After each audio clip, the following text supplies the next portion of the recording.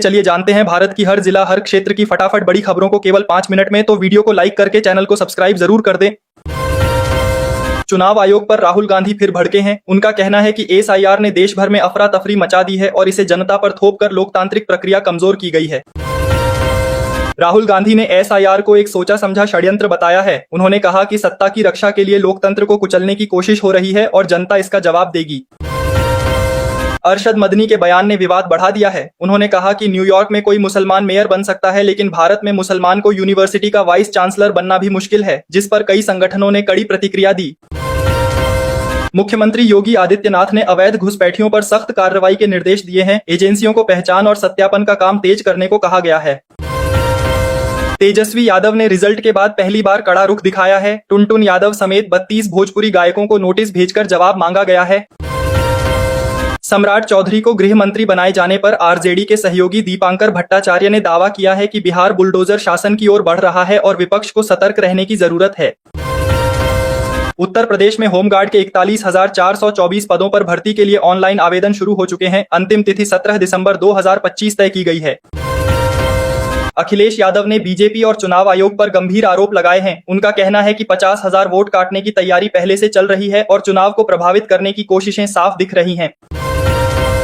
उत्तर प्रदेश सरकार परिषदीय स्कूलों में पढ़ने वाले बच्चों के खातों में 1200 रुपए भेजने की तैयारी में है। केवाईसी का काम आखिरी चरण में है और परिवारों को राहत मिलने वाली है। सरकार का कहना है कि स्कूल ड्रेस और बैग खरीदने के लिए 1200 रुपए सीधे बच्चों के खातों में भेजे जाएंगे, जिससे लाखों परिवारों पर आर्थिक बोझ कम होगा। दिल्ली में बढ़ते प्रदूषण के खिलाफ इंडिया गेट पर हुए प्रदर्शन के दौरान पुलिस पर पेपर स्प्रे छिड़क दिया गया। कई पुलिसकर्मी घायल हुए और माहौल तनावपूर्ण बन गया। प्रधानमंत्री मोदी ने जापान के प्रधानमंत्री ताकाइची के साथ मुलाकात की है। दोनों नेताओं के बीच कई अहम वैश्विक और सुरक्षा मुद्दों पर बातचीत हुई है। अयोध्या में प्रधानमंत्री मोदी के भव्य ध्वजारोहण की तैयारी तेज हो गई है और सीतामढ़ी में मां जानकी मंदिर का निर्माण भी अंतिम चरण में पहुंच चुका है। पश्चिम बंगाल में एसआईआर की वजह से एक परिवार बिछड़े बेटे से 7 साल बाद मिला है। प्रशासनिक दस्तावेजों की जांच में उसकी पहचान पक्की हुई और घर वापसी की प्रक्रिया पूरी हुई। छत्तीसगढ़ के जशपुर जिले में कई गांवों के परिवार आज भी ईब और मैनी नदी के किनारे रेत से सोना छानकर रोजगार चलाते हैं। ग्रामीणों का कहना है कि यह परंपरा उनके पुरखों के जमाने से जारी है और एक दिन की मेहनत में एक दिन की मजदूरी के बराबर सोना मिल जाता है। छत्तीसगढ़ में अब शिक्षकों को बच्चों को पढ़ाने के साथ आवारा कुत्तों पर भी नजर रखनी होगी, जिस पर टीचर्स एसोसिएशन ने कड़ा विरोध जताया है। उत्तर प्रदेश के सहारनपुर में एक ही दुकान से खरीदे गए 100 से ज्यादा आईफोन अचानक बंद हो जाने से लोगों ने भारी हंगामा किया। दुकान पर भीड़ जमा हुई और ग्राहकों ने जवाबदेही की मांग की। प्रधानमंत्री ने कृषि क्षेत्र में 2 बड़ी स्कीमें लॉन्च की हैं। कुल बजट 35,440 करोड़ रुपए का है और इनमें पीएम धन धान्य कृषि योजना और दालों में आत्मनिर्भरता मिशन शामिल है। भारतीय अर्थव्यवस्था की रफ्तार तेजी से बढ़ रही है। नए ग्राफ में दिखा है कि कई संकेतक भारत को चीन और अमेरिका से आगे की पोजीशन पर रख रहे हैं, जिससे वैश्विक बाजार में चर्चा तेज है।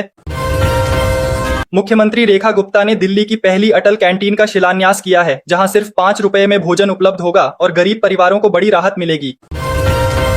16 ब्लॉक लेवल ऑफिसर्स की मौत पर राहुल गांधी ने कहा है कि एसआईआर किसी तरह का सुधार नहीं बल्कि जनता पर थोपा गया जुल्म है और यह सिस्टम लोगों को परेशान करने वाला है। उत्तर प्रदेश के डिप्टी सीएम केशव प्रसाद मौर्य ने कहा है कि अगला नंबर ममता बनर्जी और फिर अखिलेश यादव का है। उन्होंने दावा किया कि राहुल गांधी ने तेजस्वी को घेरा और महागठबंधन का भविष्य खुद लिखा। बीजेपी ने पश्चिम बंगाल के लिए बड़ा ऑपरेशन शुरू किया है। बिहार और महाराष्ट्र वाली रणनीति अपनाई जाएगी और अमित शाह ने अपनी पूरी टीम को मैदान में उतारा है। मंत्री संजय सिंह पहली बार महुआ पहुंचे हैं। हाजीपुर में उन्होंने कहा कि भगवान और जनता का आशीर्वाद रहा तो हर काम अच्छे तरीके से पूरा होगा और विकास की गति बढ़ेगी। सेबी चीफ का बड़ा बयान सामने आया है। उन्होंने कहा कि डिजिटल गोल्ड को रेगुलेट करने का इस समय कोई इरादा नहीं है और बाजार को स्वाभाविक तरीके से चलने दिया जाएगा। लखनऊ में मोहन भागवत ने कहा कि धर्म के लिए लड़ना पड़ेगा, जबकि योगी आदित्यनाथ ने दावा किया कि आरएसएस किसी विदेशी फंडिंग से नहीं बल्कि सामाजिक समर्थन से चलता है, जिससे राजनीतिक तापमान बढ़ गया है।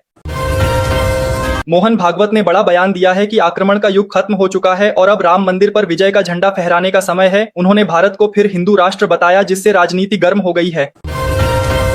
दिल्ली की हवा में मौजूद जहर कम नहीं हो रहा है। प्रदूषण लगातार बढ़ रहा है और 12 इलाकों में AQI 400 से ऊपर दर्ज किया गया है, जिससे लोगों को भारी दिक्कत हो रही है।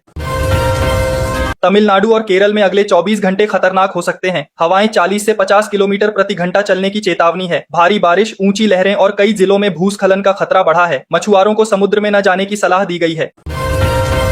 मैया सम्मान योजना की किस्त तकनीकी कारणों से अटकी हुई है। सरकार का कहना है कि पूरा अपडेट होते ही रकम सीधे खातों में जाएगी। छठी किस्त की तारीख बढ़ाई गई है और 16वीं किस्त की तिथि अभी तय नहीं हुई है।